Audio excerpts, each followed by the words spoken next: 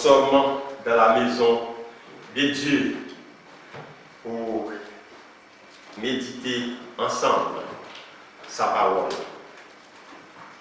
Nous allons lire 2 versets dans 2 Timothée.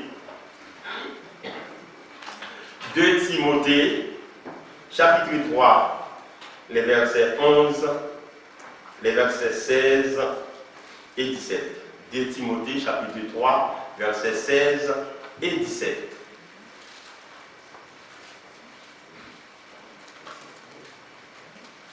Timothée, chapitre 3, verset 16 et verset 17. Toute écriture est inspirée de Dieu et utile pour enseigner, pour convaincre, pour corriger, pour instruire dans la justice, afin que l'homme de Dieu soit accompli et propre à toute bonne œuvre. Parole du Seigneur. Le titre de notre message ce matin, c'est l'utilité de la parole de Dieu. L'utilité de la parole de Dieu. Tout ce qui est utile a une valeur. Le monde expose devant nous tous ces produits sociaux, économiques pour nous séduire. Il importe de savoir ce qui est utile et ce qui est valable pour parvenir à la satisfaction de nos besoins.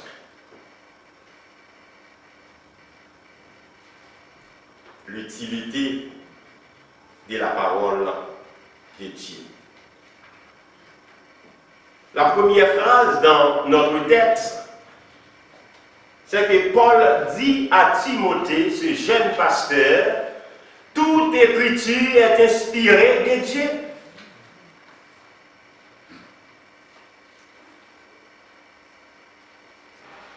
La Bible est un livre inspiré de Dieu.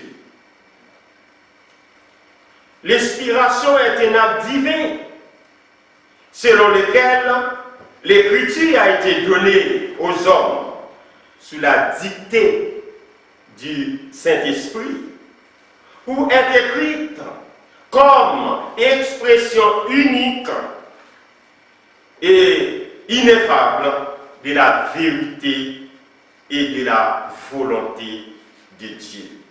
Voilà pourquoi Paul dit à Timothée, toute écriture est inspirée de Dieu. Et Pierre se rejoint à Paul pour dire que la source des écrits prophétiques provient de Dieu. Selon 2 Pierre,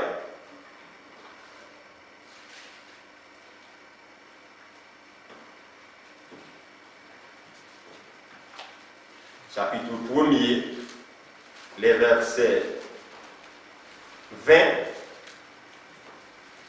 et 21. Il a dit, sachant tout d'abord, vous-même, qu'aucune prophétie de l'Écriture ne peut être un objet d'interprétation particulière. Car ce n'est pas par une volonté d'homme qu'une prophétie a jamais été apportée. Mais c'est poussé par le Saint-Esprit que des hommes ont parlé de la part de Dieu.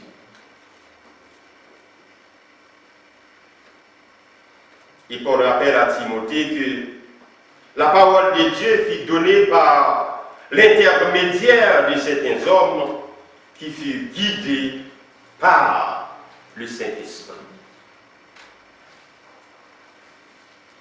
Et les croyants de Dieu ne peuvent rien faire sans le Saint-Esprit de Dieu.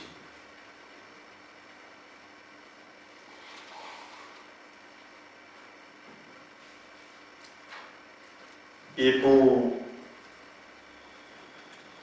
que cette parole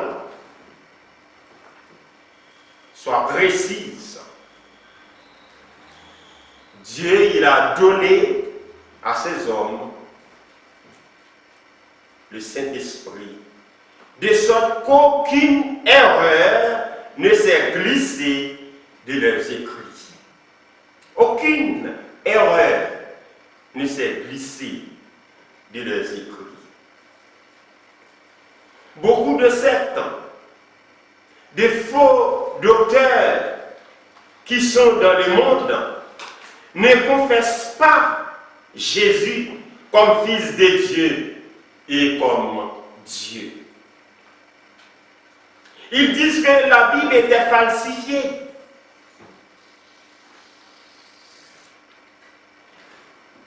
Ces faux docteurs de la loi ne comprennent ni ce qu'ils disent, ni ce qu'ils affirment.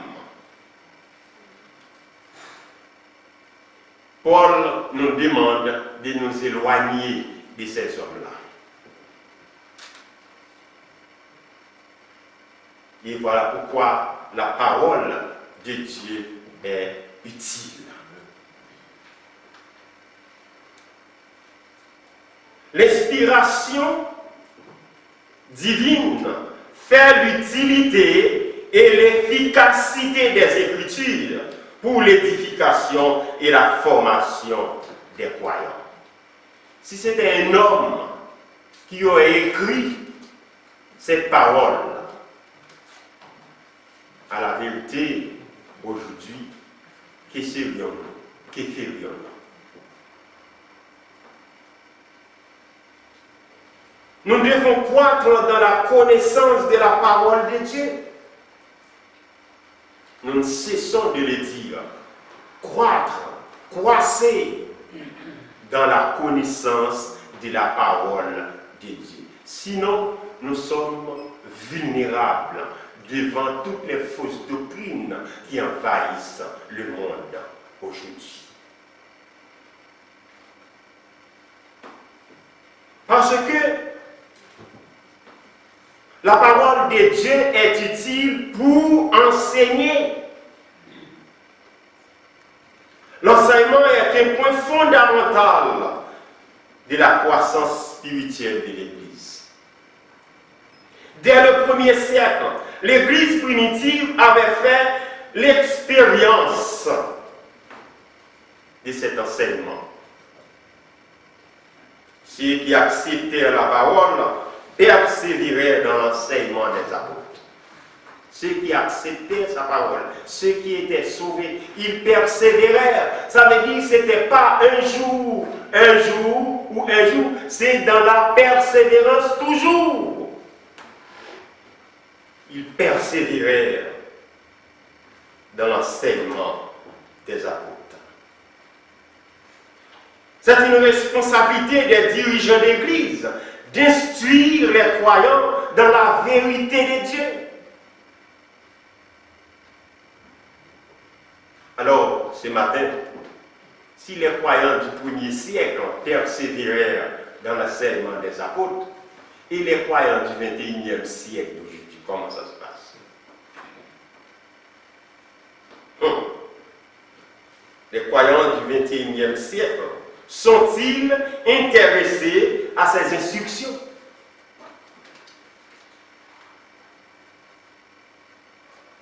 Et toutes les églises locales confrontent à ce problème d'abstentéisme. Dans les églises, le matin, pour commencer avec l'étude biblique, il n'y a personne, fort souvent. Ou bien s'il y a quelqu'un, ce sont les habitués, les têtants qui sont toujours là. Les mercredis soirs, c'est pareil. Et ceci, c'est dans toutes les églises locales. Des chrétiens, des croyants abstentéisme. Ils ne sont pas intéressés à l'enseignement de la parole de Dieu. Mais si vous n'êtes pas intéressé, vous êtes vulnérable.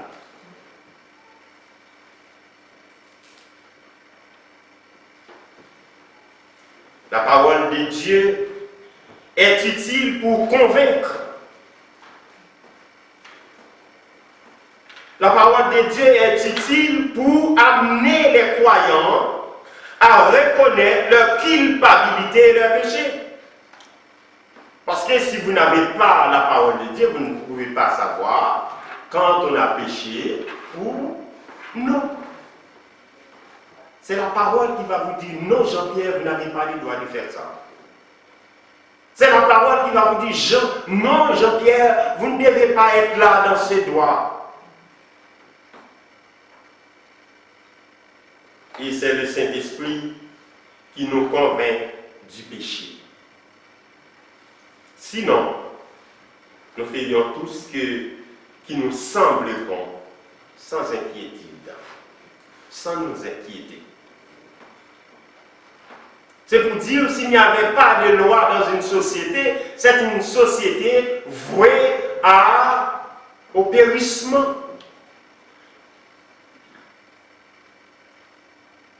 Les gens qui circulent dans la rue, même sous les feux rouges, ils franchissent.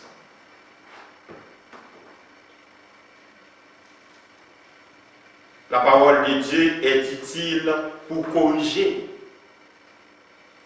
C'est la parole de Dieu qui ramène à la vérité ceux qui étaient dans l'erreur et dans l'hérésie afin de les transformer. Si vous avez comme doctrine, pour être sauvé, il faut observer le sabbat. Si vous savez, comme doctrine, celui qui persévérera depuis le commencement jusqu'à la fin sera sauvé. Ça ne nous concerne pas. Dans Matthieu 24, verset 13, ça ne nous concerne pas. L'Église serait déjà enlevée. Mais nous savons que c'est par la grâce que vous êtes sauvés par le moyen de la foi, et cela ne vient pas de vous, c'est le don gratuit de Dieu. Le salut est un don. Qu'est-ce que vous avez fait pour ce don? Rien.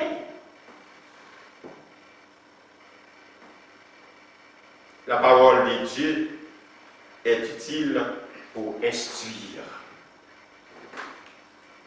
Ce verbe a deux sens dans la Bible. Instruire, il a le sens aussi d'éduquer. Éduquer. La parole de Dieu est utilisée pour instruire et éduquer les enfants, les guider dans le droit chemin. C'est grâce à la parole qu'on peut voir, qu'on peut savoir si on est sur la bonne voie ou la mauvaise. Ordinairement, la bonne voie dans la rue, c'est cette voie qui nous mène dans le péril. Et oui.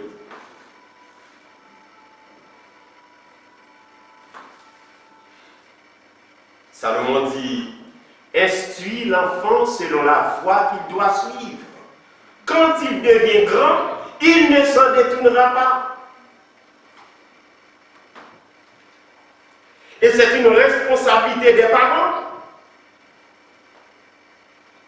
Vous les parents ce matin, vous avez une responsabilité d'instruire vos enfants. Vous avez une responsabilité d'éduquer vos enfants. Et cette responsabilité vient de Dieu.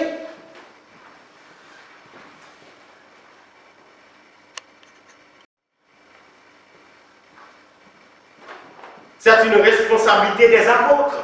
Parce que les premières églises étaient sous l'enseignement des apôtres. C'est une responsabilité aussi des dirigeants d'église. Les enfants de Dieu doivent être éduqués, instruits, selon la parole de Dieu. Nelson Mandela a écrit que l'éducation est l'arme la plus puissante qu'on peut utiliser pour changer le monde. Seule la parole de Dieu peut changer le monde si les hommes la mettent en pratique ce matin. Seule la parole de Dieu. Je vous assure, si, comme on voit dans les trains, dans les métros, partout les téléphones, si la parole de Dieu était comme ça utilisée, on aurait un monde calme, respectueux, paisible.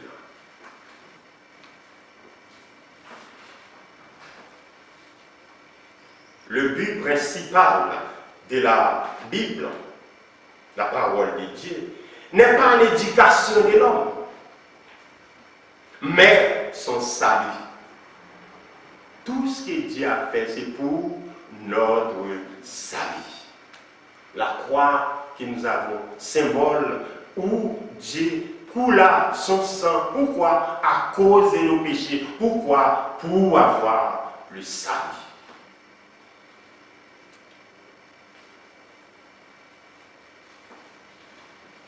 Le but principal de la Bible,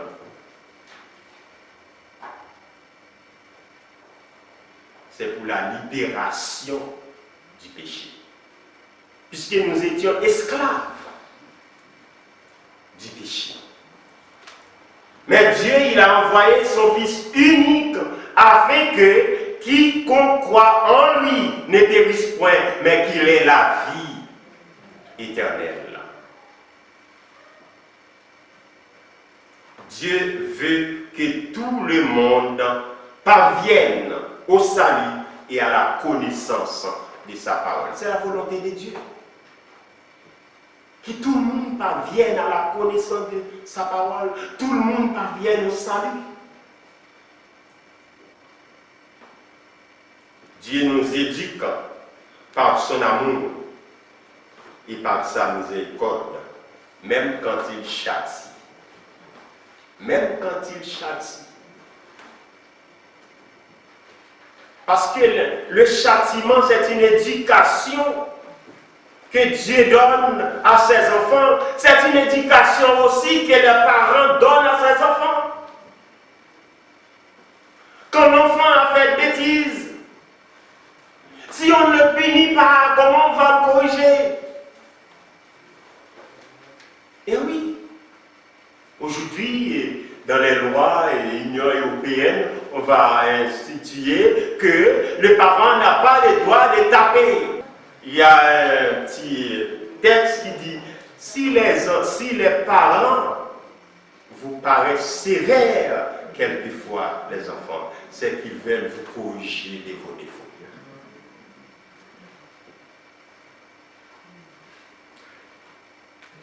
On a parlé d'une mère qui aimait tellement son enfant et cet enfant avait un ciseau dans sa main.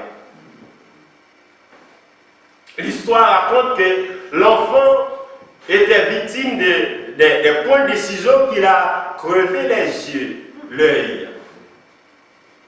Et ça fait mal. Mais quand l'enfant devient grand, il pose des questions à sa maman. Comment cela était-il arrivé? C'est par amour? Non, c'est pas par amour. Parce que si il y avait amour, on devait enlever ces ciseaux de la main de l'enfant.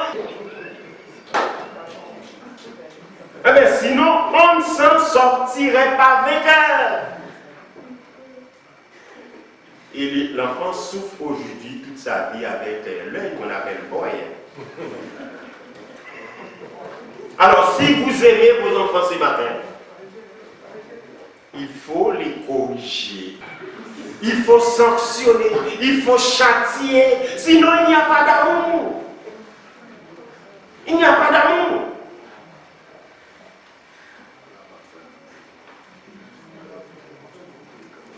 Dieu nous éduque par son amour et par sa miséricorde, oui, et il nous châtie. Il nous châtie. Il corrige celui qu'il aime, comme le font des parents aimant à leurs enfants. Dieu console ses enfants comme une mère compatissante. L'éducation rend l'homme saint toujours plus dépendant de Dieu.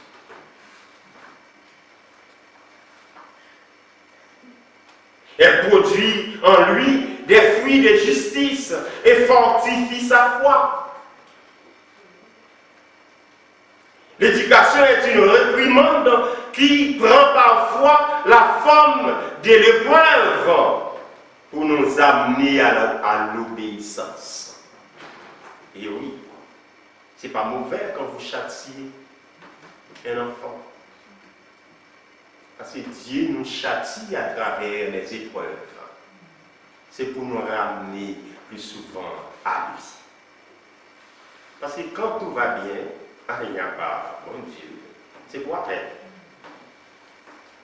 Oui. Jésus avait appris l'obéissance à travers la souffrance. Selon Hébreux chapitre 5, verset 8. À travers la souffrance, il a appris l'obéissance. Et c'est lui qui l'avait dit, il a obéi jusqu'à la mort. Il a fait preuve de son obéissance.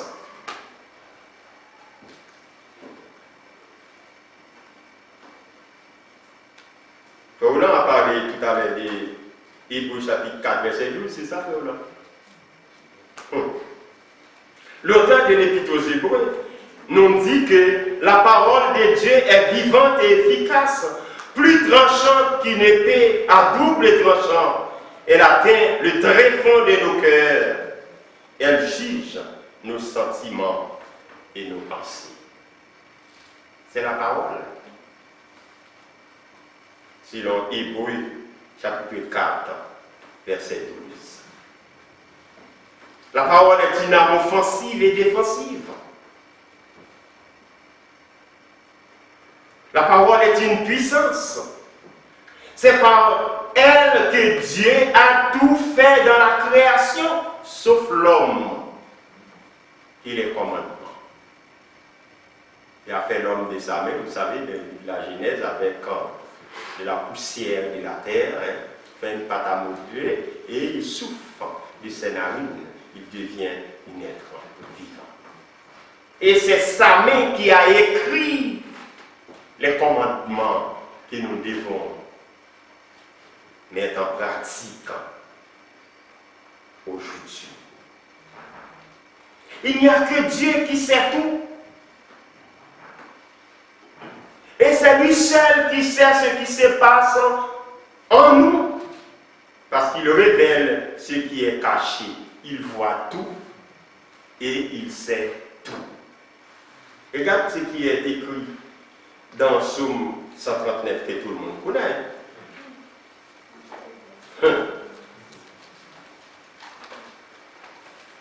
Psaume 139.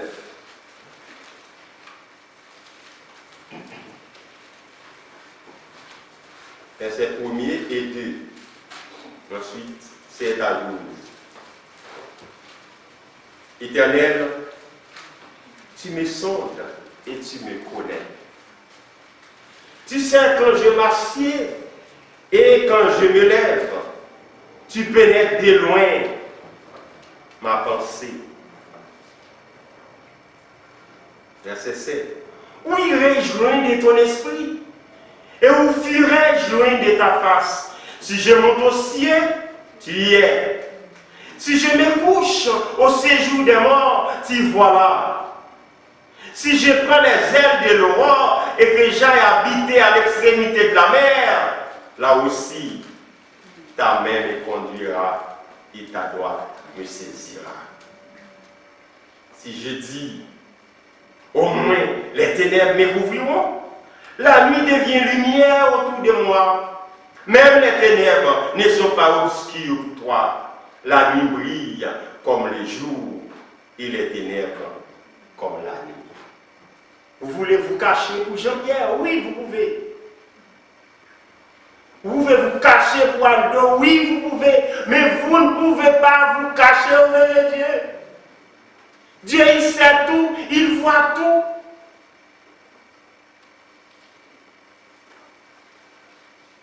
Il n'y a rien de secret avec lui, parce qu'il voit dans le secret. Oui, il voit dans le secret.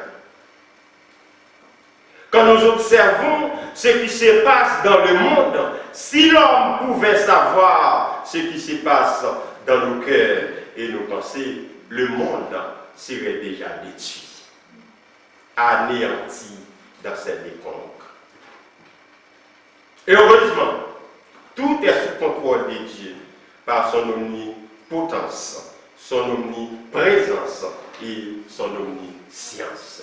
Il n'y a que Dieu qui possède toutes ces qualités. Il sait tout. Il peut tout et il est partout. Est-ce qu'il y a d'autres comme lui? Non. Non. Seul Dieu. Dans Deutéronome chapitre Genèse, Exode, Lévitique, Nombre, Deutéronome. Dans Deutéronome chapitre 2, chapitre 4, le verset 2. Dans Deutéronome 4, verset 2, nous lisons: vous n'ajouterez rien à ce que je vous prescris. Et vous n'en retrancherez rien, mais vous observerez les commandements de l'Éternel, votre Dieu, tels que je vous les prescris.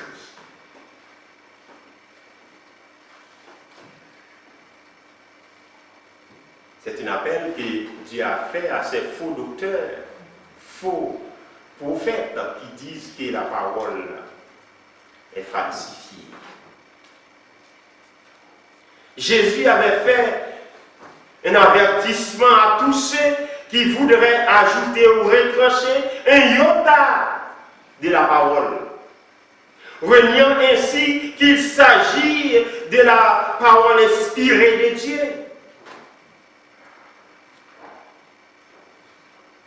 Ils n'auront aucune part en l'arbre de vie et ne pourront pas entrer dans la ville sainte, la nouvelle Jérusalem. Selon Apocalypse chapitre 2, verset 18 et verset 19. La parole de Dieu est oui et amen. Nous n'avons rien à y ajouter, ni rien à retrancher. Et qu'est-ce que nous devons faire avec cette parole, à part la mettre en pratique? Nous devons la prêcher. Eh oui, il faut prêcher la parole. La prédication de la parole de Dieu, Paul a parlé beaucoup. Connaissant l'utilité de la parole, Paul exhorte les croyants à prêcher la parole. Nous devons prêcher et proclamer cette vérité au monde entier.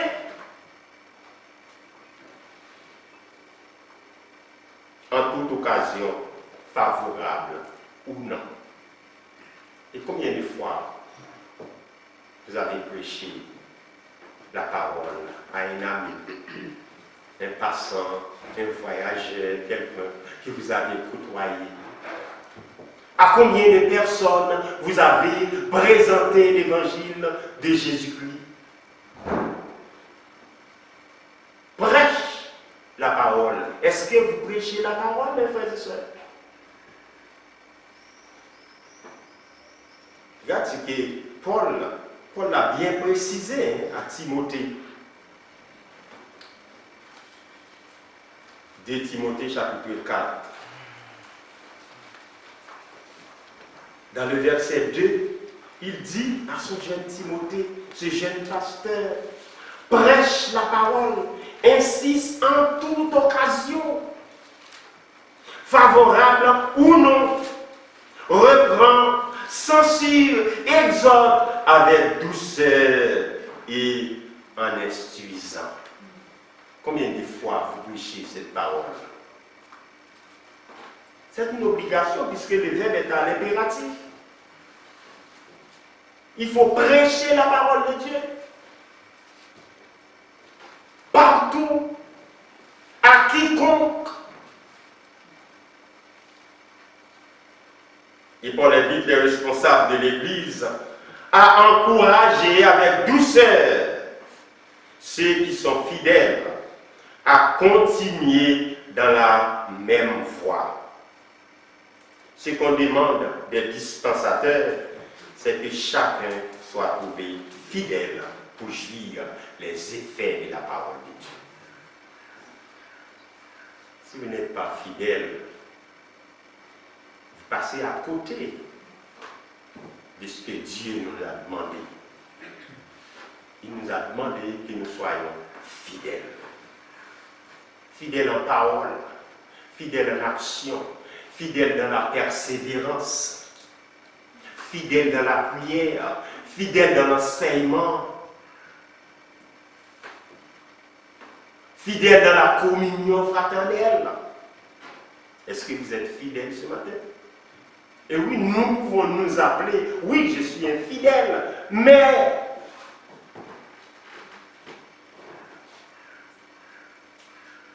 vous pouvez ajouter tous les restes.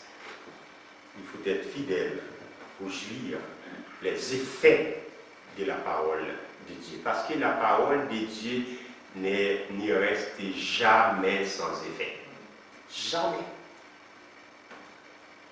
La parole de Dieu ne reste jamais sans effet. Dieu a pourvu à tous ceux qui sont dans le besoin par sa parole.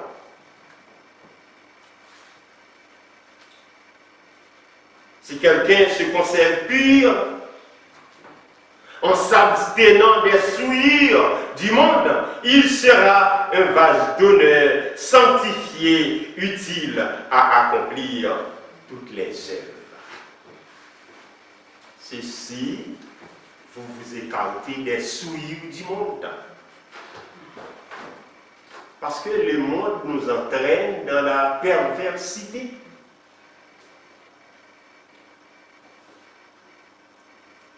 Nous avons été créés en Jésus-Christ pour de bonnes œuvres que Dieu a préparées d'avance afin de les pratiquer. Est-ce que nous pratiquons ces bonnes œuvres, mes frères et sœurs, ce matin? Commencez par moi et terminez sur vous. Les bonnes œuvres que Dieu avait préparées d'avance pour nous, est-ce que nous les pratiquions? Car ta parole est la vérité. Vous cherchez une autre vérité? Ta parole est la vérité. Jésus dit, je suis le chemin, je suis la vérité, je suis la vie.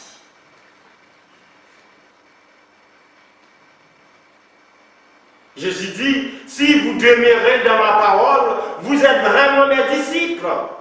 Vous connaîtrez la vérité et la vérité vous rendra libre.